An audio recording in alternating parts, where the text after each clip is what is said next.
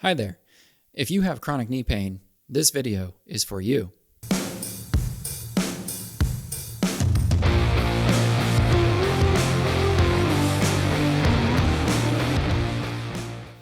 I'm Dr. Leake, a double board certified pain management specialist, and today I'm going to give you what I tell my own patients, how we treat chronic knee pain. So first of all, if you have chronic knee pain, you've probably been around the block. You've probably already done physical therapy, stretching, mobilization. You probably have tried a knee brace or even a TENS unit, and you still have chronic pain. Well, it's gotten to the point where you're losing the ability to function, walk around safely. Perhaps you're even falling because the knee is giving out, perhaps because it hurts so much. So you give it up, you finally go visit your pain doctor. Well, after a thorough exam, I have confirmed that indeed you have degenerative joint disease, and we should probably get some x-rays. Now, why am I getting x-rays? Well, I want to see how bad it is. Do you have any soft tissue left in your knee? That's going to make a big difference with how I treat you. The reason being is that if you do have soft tissue left in your knee, then we can do some injections, and probably that's going to help, at least for a while. To begin with, perhaps the most common injection that we've all heard of is the cortisone shot, or a steroid injection into the knee. Now, doing this once or twice is probably not a bad idea. It results in pretty rapid pain relief, typically within 2 weeks to reach the maximum benefit. It reduces that inflammation, the swelling inside the joint, and you can go about your life in a much less pain situation. The problem with steroid injections is they don't last forever. They typically wear off anywhere between 3 and 12 months. I know that's a broad range, but everybody's a little different. So then you would want to come back. You're back in the office. Well, I need another injection, doc. Well, okay. Now, depending on how often you need it, if it's once or twice a year, probably you can do that for a while. But doing it frequently, especially over the course of time, has been shown to cause the cartilage or the soft tissue that you have in your knee to wear out faster. So it may not be a good long-term solution, especially if you're younger and more athletic and you want to keep your edge and still participate in your competitive sports. I may not recommend repeated steroid injections. In that case, I would shoot for a platelet-rich plasma injection, also known as PRP. Now, this injection is fantastic because it uses your body's own immune system to heal an injury. Essentially, what I would do is take the blood from your arm, about 60 milliliters or so, and then pass it through a centrifuge. We spin it down 2 times in order to collect the very rich platelet concentrate at the bottom. Now, why do platelets work to help with a knee injury or knee pain? Well, when you cut yourself, let's say, for example, the first cell to the site of injury is the platelet. The platelet goes to the site of injury, it stops the bleeding, right? And then it releases certain chemical messengers that recruits the rest of your immune system to heal that injury, including growth factors and healing factors, and that's how we heal. So we inject all those platelets in concentration into the inside of the knee because the inside of the knee is relatively vascular poor. It's hard to get a lot of blood with platelets into that area of injury. So by injecting it directly, we can sort of hijack the system, so to speak, in order to initiate an inflammatory response and a healing response in that specific area. What's nice about that injection, again, it is natural. It's using your own body's immune system. And so technically you can repeat it as often as you need to, but most patients find that just one injection can last at least a year. A minority of patients may get 2 injections within a year in order to continue on in a relatively pain-free environment. Now, results may vary, but that is an excellent option to proceed with. Now, when we get that knee x-ray, again, if it's only mild arthritis, that means you have soft tissue in your joint. So the injections are going to be a great way to go. Another option that we can do is hyaluronic acid. Perhaps you've heard of the gel injections in the knee. This works similar to platelet-rich plasma in the sense that it is regenerative. It helps the tissue heal. But the hyaluronic acid is a little bit different. It actually serves as a building block for cartilage. So by putting all of that gel and that hyaluronic acid into the knee joint, for a period of time anyway, it serves as a cushion and helps take pressure off those bones. But then that hyaluronic acid stimulates the generation or the production of cartilage. So that in and of itself can help the knee heal. So with 3 injections, 2 of them are promoting healing. 1 of them is just anti-inflammatory and does not promote healing. In fact, can make the soft tissue become thinner over time. But those are all 3 options, and not necessarily one is better than the other. It just depends on you and what your goals are, what your resources are, and the conversation you have with your physician.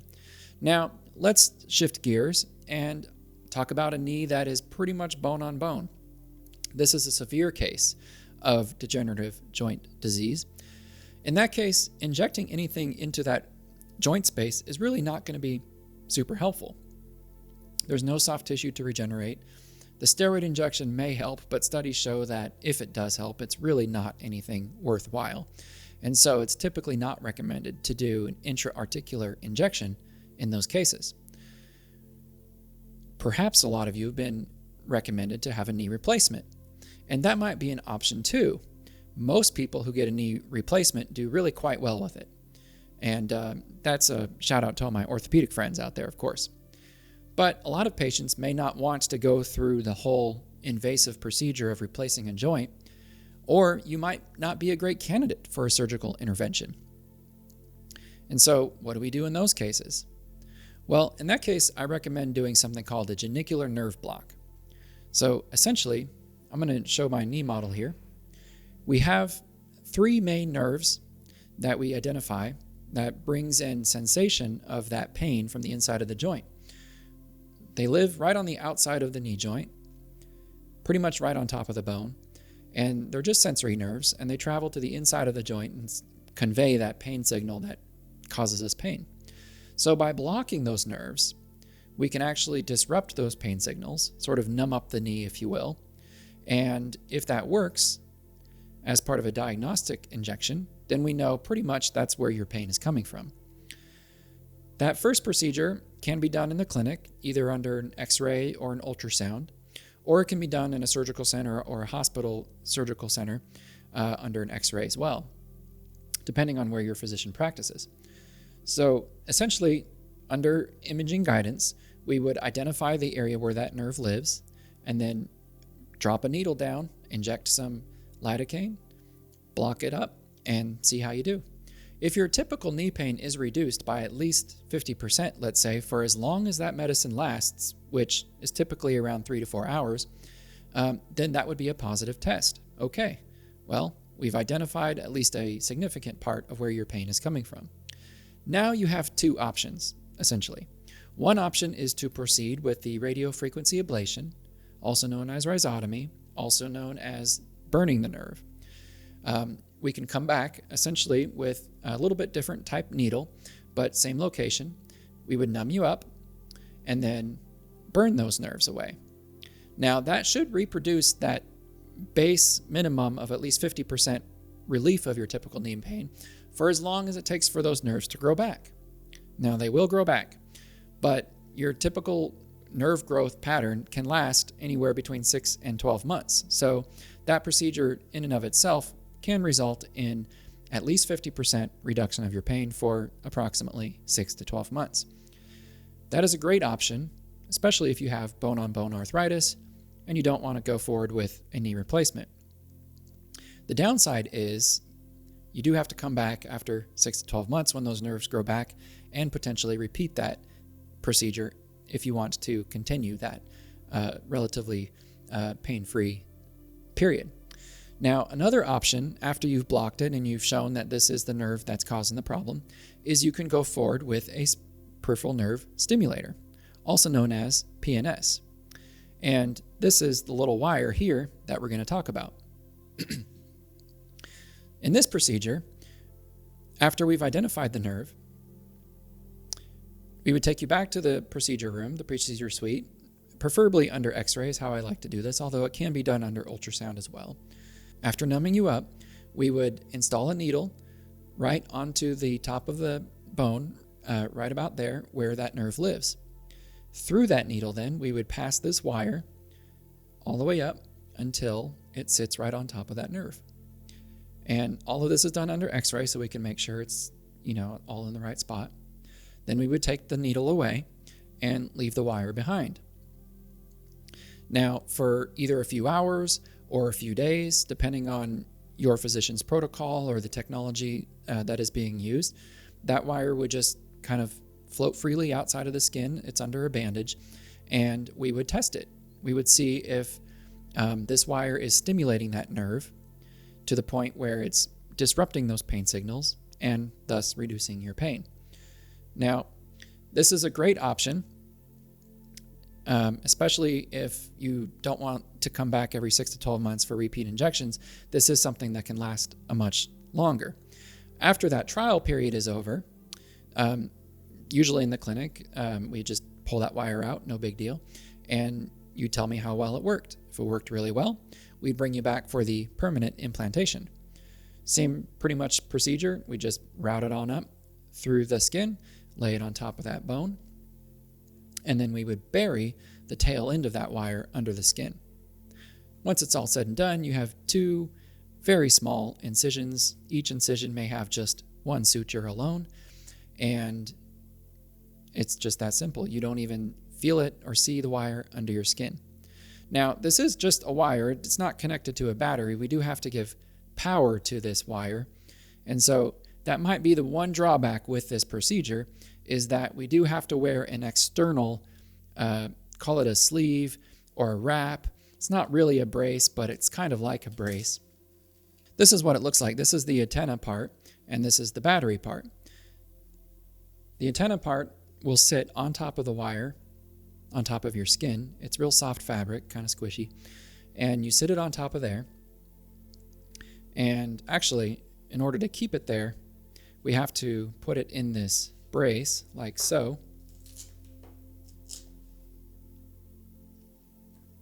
So, depending on the company that you go with that makes these devices, they all look a little bit different, but the function is essentially the same. So it sits just inside there, and then this is your battery pack. There's an on button and an up and a down, and you can hold 2 buttons down to change the program, to change how the sensation is perceived. And again, it depends on the device that you're using. The various models are different in some extent to another, but the concept is the same. So once you have everything in place, you just wrap this around the knee like so, and it velcros in place, and you turn it on, and essentially you're turning off your pain. Really pretty cool technology. This has been around, or in development. Peripheral nerve stimulation has been slowly growing and becoming better in its form and function for decades now, but really has sharpened its capabilities in the last several years. You don't have to wear this sleeve all the time in order to have pain relief. That is how this is different than a TENS unit. If you're familiar with using a TENS unit, the moment you take it off, almost, it seems like the pain comes right back. That is not the case with this technology. Part of the reason is when you use a TENS unit, first of all, you can only turn the power up so much. But because the electricity is being distributed at the level of the skin, it just filters out through all the soft tissues. And you hope that some of that is going to get to the nerve that's causing the pain. The problem is you have to turn it up so high often to get that nerve stimulated that it actually starts to become painful because of all the other tissue that you're stimulating. With this, it's a very precise target. This wire sits directly over the nerve that is the troublemaker, and we don't even really have to turn it up very high for that nerve to be stimulated and your pain to be reduced. Also, because of the potency of this, it changes how the nerve sodium-potassium channels function, and there is a carryover effect, meaning that once you take this off, you still have pain relief that persists. Most people find that you only have to wear this device for approximately 3 hours in order to result in 3 days worth of pain relief, which is very nice. If you have an event over the weekend, you wear this thing on a Friday, on average, you might be good for the weekend. Now, again, results vary, and everybody's a little bit different depending on what could be causing their pain or how severe their pain is, or how good your surgeon was and how close that nerve is to the wire, right? So there's lots of variables to consider, but it's certainly an excellent option, let's say if you can't go through with a knee replacement. I have some patients that sleep with this on and take it off during the day. I have some patients that wear it in the morning and they're good for the afternoon. You just have to find a protocol, let's say, that works for you. But again, what's nice about it is that because it is so discreet, you can have pain relief that persists without anything left on your knee. So that's very cool. There are some few other options that are available, of course, that are making their way into the pain management world. One option may be genicular artery embolization, which is, let's call it an emerging technology that has been showing some promise in the knee pain world. And then, of course, there's even radiation therapy, which targets directed X-rays at the nerve in question to help deaden that nerve as well. Those procedures are typically done by interventional radiologists, although, again, they are making their way into the pain management world. Full disclaimer, I have not done those procedures. Typically, I either do injections, nerve burns, or I install this wire. And if that doesn't work, by golly, a knee replacement may be the one thing that you need to do. So hopefully that helps give you some insight into the trends and general practices of treating knee pain, chronic knee pain in the pain management space. Hopefully this answers some questions. If you have any other questions, please leave them in the comments below and I will respond accordingly. Thank you much. Bye-bye.